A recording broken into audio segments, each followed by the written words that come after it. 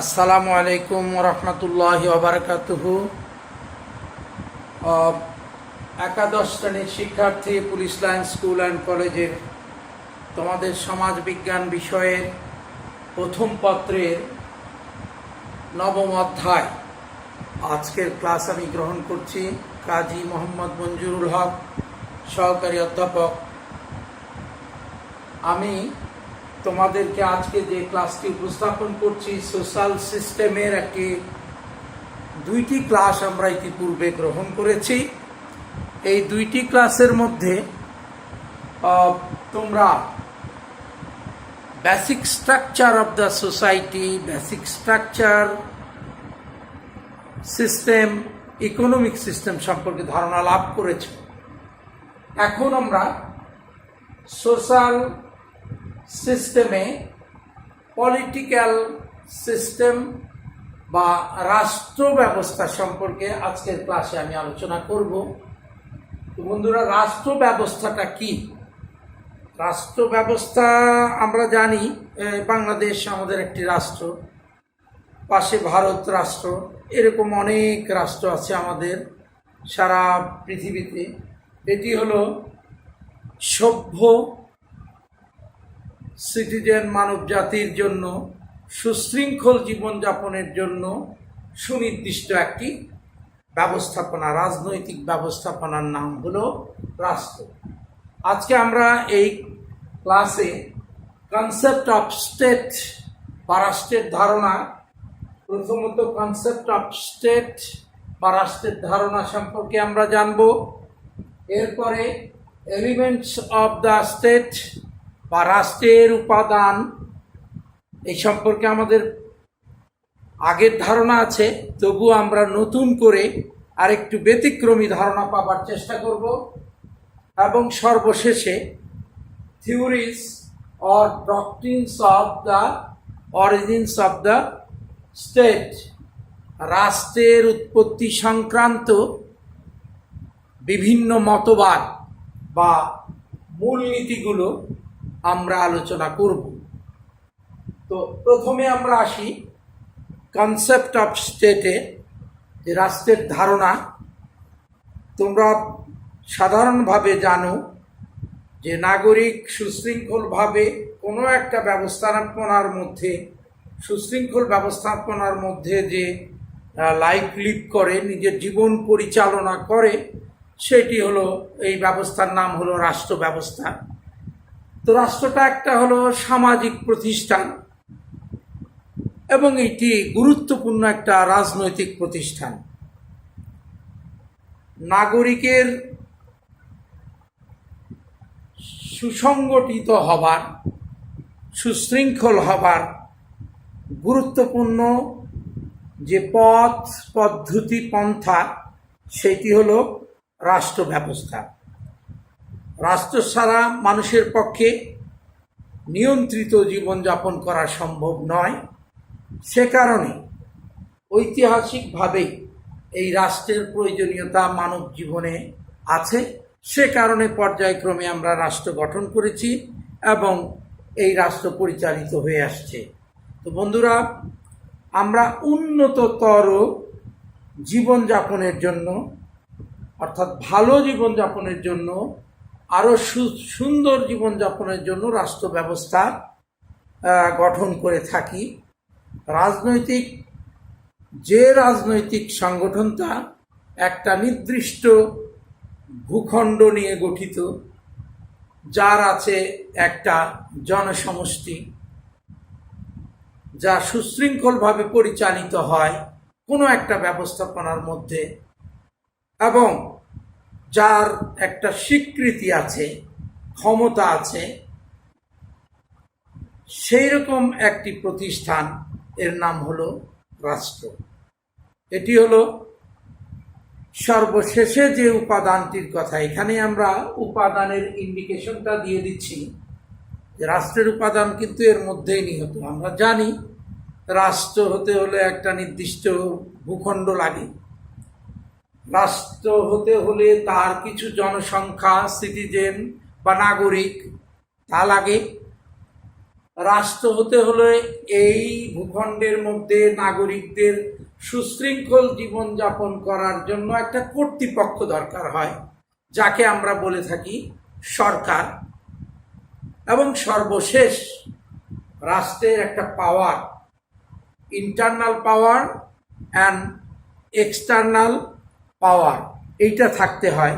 Internal পাওয়ারটা হলো কি, রাষ্ট্রের যে কোনো নাগরিক রাষ্ট্রের প্রতি যে কোনো অসম্মান, যে কোনো প্রকারের অনীহা, আইনের প্রতি অবজ্ঞা ইত্যাদি করলে রাষ্ট্রের এমন একটা ক্ষমতা থাকবে যে রাষ্ট্র তাকে বাধ্য করতে পারবে তাকে সঙ্গত আচরণ করাতে, অর্থাৎ যাচিত আচরণ, এক্সপেক্টেড বিহেভিয়ার, এইটা করতে বাধ্য করাতে পারবে রাষ্ট্র।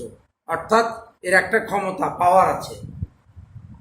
আর বহিঃশত্রুর আক্রমণ থেকে রক্ষা পাবার এবং আন্তর্জাতিকভাবে স্বীকৃতি পাবার একটা ক্ষমতা থাকতে হবে। সেটাকে আমরা বলছি এক কথায় এই দুই ক্ষমতা, ইন্টারনাল এক্সটার্নাল, এই দুই পাওয়ারটাকে একত্রিতভাবে বলছি রাষ্ট্রের সার্বভৌমিকতা। তাহলে আমি কিন্তু রাষ্ট্রের সংজ্ঞার আগে উপাদানগুলো একটু বিশ্লেষণ করার চেষ্টা করছি। আমি যে চারটি উপাদানের মধ্যেই বলা হয়েছে, একটি হলো সুনির্দিষ্ট ভূখণ্ড, আরেকটি হলো জনসংখ্যা, আরেকটি হলো একটা কর্তৃপক্ষ বা সরকার, এবং চতুর্থটি বলেছি হলো সার্বভৌমিকতা বা সার্বভৌমত্ব। তাহলে আমরা সার্বভৌমত্বটা আগে বুঝলাম। এরপরে সরকারটা কি, যে ব্যবস্থাপনাটা পরিচালনা করে সুন্দরভাবে কর্তৃপক্ষ, যে কর্তৃপক্ষর সামাজিক অনুমোদন আছে, সবাই তাকে মান্য করে, মানতে বাধ্য হয়, তাকে বলা হয় সরকার। এই সরকার গঠনের বিশ্বে নানা ধরনের প্রক্রিয়া আছে, সরকারের প্রকরণও আছে নানা ধরনের। মন্ত্রিপরিষদ শাসিত সরকার, রাষ্ট্রপতি শাসিত সরকার, এভাবে অনেক রকমের সরকার আছে। তাহলে এরকম যে কর্তৃপক্ষটা এই রাষ্ট্র ব্যবস্থাপনা নির্দিষ্ট কোনো সময়ের জন্য পরিচালনা করে, একে বলা হয় হলো সরকার। এর আগের যে উপাদান সেইটি হলো জনসংখ্যা। আসলে তো জনগণের জন্য রাষ্ট্র, সুতরাং জনগণ না থাকলে হবে না। আমরা এই উপাদানটা কিন্তু আমরা আগেও জেনেছি, কিন্তু এখানে আমাদের প্রশ্ন হলো, আমরা একটু ভালো করে জানতে চাই যে কি পরিমাণ বা কি সংখ্যক জনসংখ্যা থাকলে সেইটাকে একটা রাষ্ট্র বলা যাবে। আমাদের কাছে অনেক উদাহরণ আছে। চীনে 120 কোটি লোক, ঠিক এমন অনেক রাষ্ট্র আছে যেখানে 2 লক্ষ 5 লক্ষ লোক বসবাস করে। তাহলে এর সংখ্যাটায় আমরা কিভাবে জনসংখ্যা সুনির্দিষ্ট করব? এক্ষেত্রে আমরা একটা কৌশল নির্ধারণ করব। সেই কৌশলটা হলো, আমরা বলবো প্রয়োজনীয় সংখ্যক জনসংখ্যা নিয়ে। অর্থাৎ এই প্রয়োজনীয়টা কি? ন্যূনতম একটা কর্তৃপক্ষ থাকতে হবে, এবং এই কর্তৃপক্ষ যার উপরে এই রুলটা অ্যাপ্লাই করবে, নিয়ম কানুন শৃঙ্খলাগুলো যার উপরে প্রয়োগ করবে, সেই কিছু সংখ্যক লোক তো অন্তত থাকতে হবে। অর্থাৎ সরকার গঠনের কিছু লোক থাকবে। আর নিঃসন্দেহে সরকার গঠনের লোকের চাইতে বেশি সংখ্যক লোক থাকবে যাদের উপরে এই নিয়ম কানুনগুলো অ্যাপ্লাই করা হবে বা প্রয়োগ করা হবে। তাহলে আমরা বলছি প্রয়োজনীয় সংখ্যক জনসংখ্যা নিয়ে। এটা একজন হলে রাষ্ট্র হবে না, কার উপরে সে আইন প্রয়োগ করবে? 2 জন 3 জন হলে রাষ্ট্র হবে না। সুতরাং একটা মোটামুটিভাবে প্রয়োজনীয় সংখ্যক জনসংখ্যা আমরা সুনির্দিষ্ট করলাম, তাহলে হবে সেটা রাষ্ট্র। জনসংখ্যার পরে আমরা একটা ভূখণ্ডের কথা বলছিলাম 1 নম্বরে। সেই ভূখণ্ড কি? ভূখণ্ডটা বলতে কিন্তু আমরা শুধুমাত্র জমির অংশ, স্থলভাগ কল্পনা করলে হবে না। আকাশ সীমা পর্যন্ত একটা নির্দিষ্ট এরিয়ার স্থল, জল, বায়বীয় অবস্থান, গাছগাছালি, নদী নালা, খাল বিল সমস্ত কিছুকেই অন্তর্ভুক্ত করবে ভূখণ্ডের মধ্যে। অর্থাৎ একটা নির্দিষ্ট জায়গা থাকতে হবে, যে জায়গাটাতে অন্য কারো অধিকার নাই। এইখানের যে জনগণগুলো আছে সেই জনগণই শুধুমাত্র এখানে বসবাস করতে পারবে। তাহলে এখানেও একই প্রশ্ন আসে যে কত বড় হতে হবে? 3 কিলোমিটার, 2072 কিলোমিটার, 1,47,288 বর্গ কিলোমিটার, এর পরিসরটা কোনটা হবে?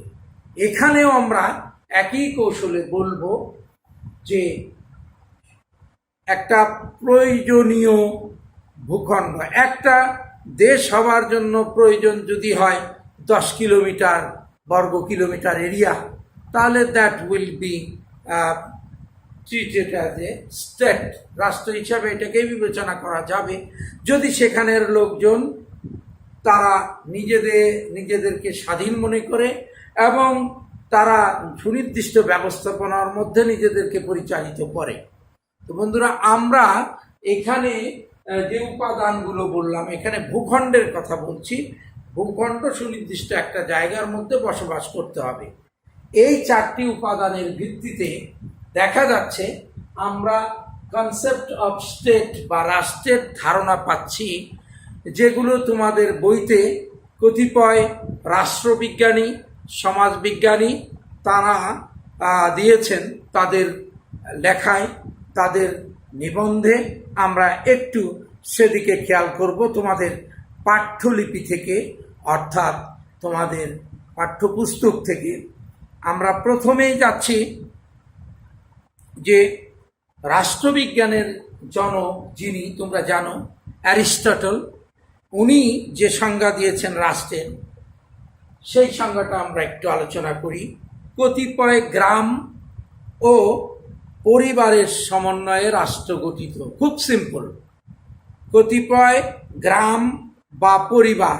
এখানে গ্রাম শব্দটা উল্লেখ করার অর্থ হলো যে একটা খেয়াল রাখবে যে God makes the village and man আর সিটিজেন মেক্স দ্য সিটি।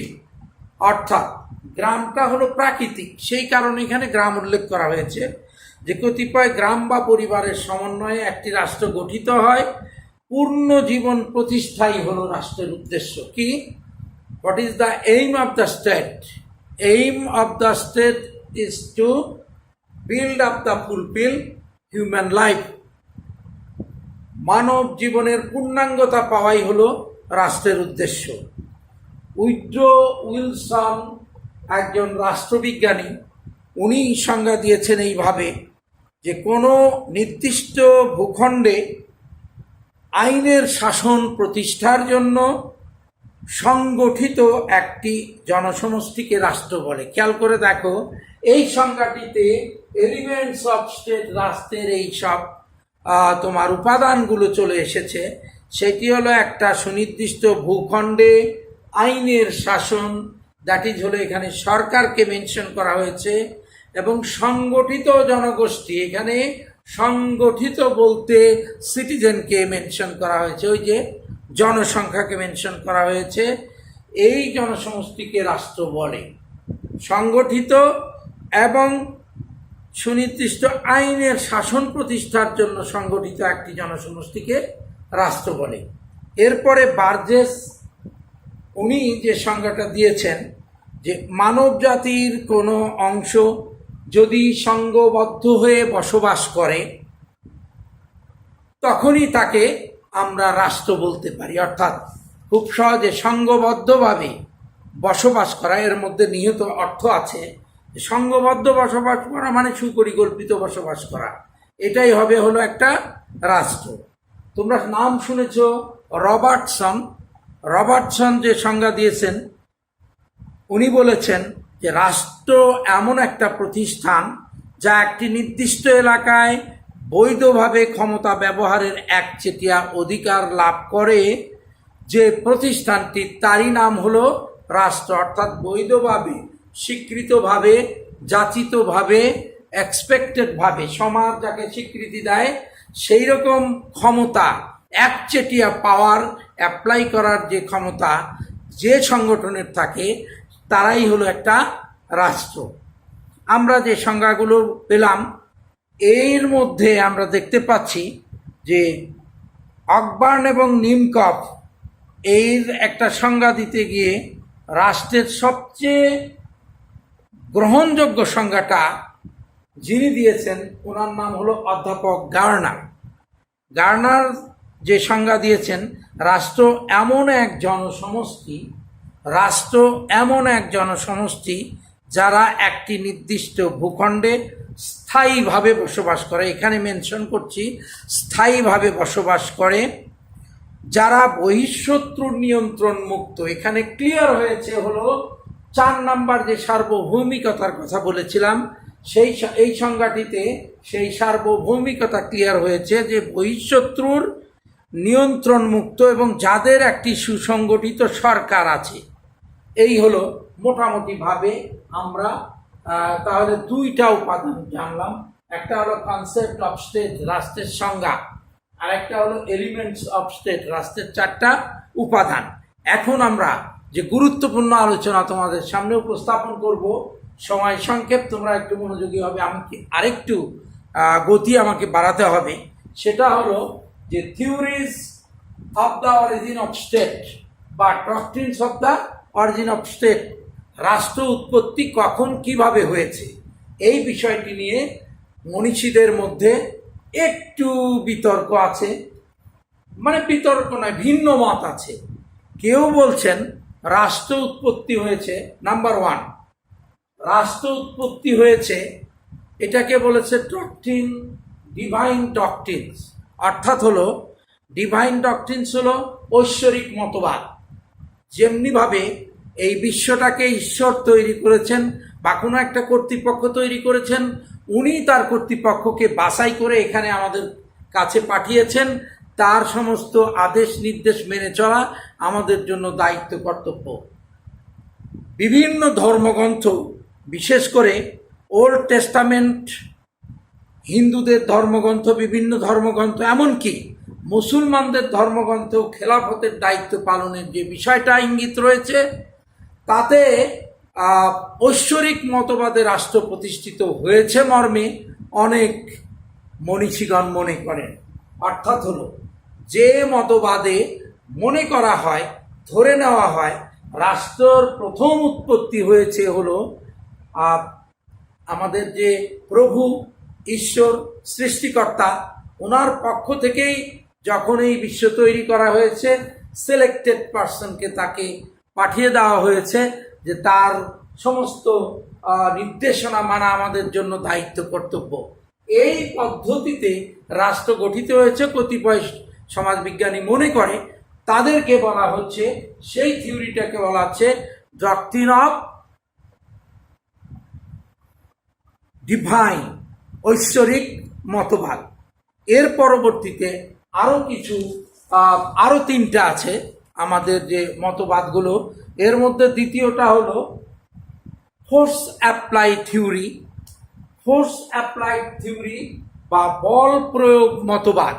আমরা বিভিন্ন রাষ্ট্রের ইতিহাস থেকে বিভিন্ন রাষ্ট্রের উত্থান পতন, জয় বিজয় করা, একটা রাষ্ট্রকে করায়ত্ত করে নেওয়া, যুদ্ধের মাধ্যমে আমরা অতীত ইতিহাস পর্যালোচনা করলে আমরা দেখতে পাই যে গ্রিক বীর Alexander, Napoleon Bonaparte, Genghis Khan, সম্রাট আকবর প্রমুখ, তাদের ইতিহাস কিন্তু যে দুর্বল, অপেক্ষাকৃত দুর্বল রাষ্ট্রকে আক্রমণ করে, পরাজিত করে, সেটি করায়ত্ত করে নেওয়া, এটি হলো মাইট ইজ রাইট, জোর যার মুল্লুক তার, অর্থাৎ শৌর্য বীর্য প্রদর্শন করে অন্যকে পরাস্ত করে নিজের করায়ত্ত করে নেওয়া। এইভাবেই রাষ্ট্র প্রতিষ্ঠা হয়েছে মর্মে কতিপয় সমাজবিজ্ঞানী মনে করেন। এইটি হলো দ্বিতীয় তথ্য, অর্থাৎ হলো দ্বিতীয় আমাদের থিওরি, যে থিওরিতে বলা হচ্ছে বল প্রয়োগের কারণে এই রাষ্ট্র তৈরি হয়েছে। নাম্বার 3 নাম্বার হলো সোশ্যাল কন্ট্যাক্ট থিওরি, সামাজিক মতবাদ। এটি তিনজন বিশেষ সমাজবিজ্ঞানীর নাম উল্লেখযোগ্য। একজন হলেন হবস, একজন হলেন রুশো, জ্যাক রুশো, আর একজন হলেন জন লক। তারা বলেছেন যে এই রাষ্ট্র ব্যবস্থার পূর্বে প্রকৃতির রাজ্যে মানুষ বাস করত। এর মধ্যে দুইটা ভাগ আছে। কেউ বলেছেন যে তারা সুন্দর শান্তিপূর্ণভাবে বসবাস করত, ভালো অবস্থা ছিল। কেউ বলেছেন যে না, প্রাথমিকভাবে ভালো অবস্থা থাকলেও পরবর্তীতে যে কোনো বিষয় নিয়ে বিরোধ তৈরি হয়, বিশেষ করে যখন থেকে ভূমিতে ব্যক্তি মালিকানা শুরু হয়, ঠিক সেই মুহূর্ত থেকে নিজেদের মধ্যে ইন্টারনালি ক্লাশ শুরু হতে থাকে, ঝগড়া শুরু হতে থাকে। দুই পক্ষের মধ্যে বা বহু পক্ষের মধ্যে ঝামেলা তৈরি হয়। এই ঝামেলাগুলো মেটানোর জন্য একজন কর্তৃপক্ষের দরকার মনে করা হয়। যখনই কর্তৃপক্ষকে প্রয়োজন বোধ করা হচ্ছে, তখনই তারা নাকি একত্রিত বসে ঐক্যমতের ভিত্তিতে একটি ব্যবস্থাপনা তৈরি করে, যার নাম হলো স্টেট বা রাষ্ট্র। এইটা হলো ম্যাক্সিমাম সমাজবিজ্ঞানীরা মনে করে সোশ্যাল কন্ট্রাক্ট থিওরি বা সামাজিক চুক্তি মতবাদের ভিত্তিতে রাষ্ট্র উদ্ভব হয়েছে প্রথমত। এই হলো, এইটা আমি তিনজন মনীষীর নাম বলেছি, জ্যাক রুশো, হবস। আমরা বলেছি জ্যাক রুশোর কথা, হবসের কথা এবং জন লকের কথা, যারা এই মতবাদে বিশ্বাস করে। সর্বশেষে আরেকটি মতবাদ, এখন সর্বশেষে জনপ্রিয় মতবাদ হিসাবে যেটি প্রতিষ্ঠিত, সেটি হলো বিবর্তনমূলক মতবাদ। এই বিবর্তনমূলক মতবাদকে ইংরেজিতে বলা হয় ইভলিউশনারি ডক্ট্রিন, অর্থাৎ হলো বিবর্তনের প্রেক্ষিতে কোনো চুক্তি করে না, সবাই একত্রিত বসে রাষ্ট্র তৈরি করেছে, সেটাও ঠিক নয়। ঠিক নয় এটাও যে ঈশ্বর রাষ্ট্রের ব্যবস্থা তৈরি করে দিয়েছে উপর থেকে, সেটিও ঠিক নয়। বল প্রয়োগের মাধ্যমে রাষ্ট্র তৈরি হয়েছে প্রথম, তা নয়। এদের মত হলো বিবর্তনের ভিত্তিতে বহু যুগ বহু কালের বিবর্তনের, অর্থাৎ সময়ের প্রয়োজনে রাষ্ট্রের উৎপত্তি হয়েছে। তার পেছনে কিছু গুরুত্বপূর্ণ উপাদানকে তারা দায়ী করেছে। নাম্বার 1, রক্ত সম্পর্ক, ধর্মীয় কারণ, যুদ্ধবিগ্রহ, অর্থনৈতিক কার্যকলাপ, পরস্পরের মধ্যে আমরা যেটাকে বলি স্বজন প্রীতি, এগুলোর মাধ্যমে একত্রিত হয়ে রাষ্ট্র পর্যায়ক্রমিক গঠিত হয়েছে। এটি কোনো সুনির্দিষ্ট পরিকল্পনার মাধ্যমে, সোশ্যাল কন্ট্রাক্টের মাধ্যমে তৈরি হয় নাই। তাহলে আমরা এই রাষ্ট্র উপাদানের 4টি থিওরি আমরা পড়লাম।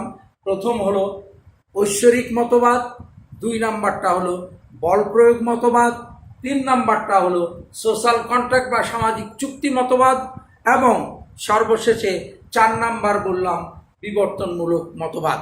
তো বন্ধুরা, আজকে আমাদের ক্লাসের সময় এখানেই শেষ। আমরা 9ম অধ্যায় এখানে সমাপ্ত করছি আজকের ক্লাসের।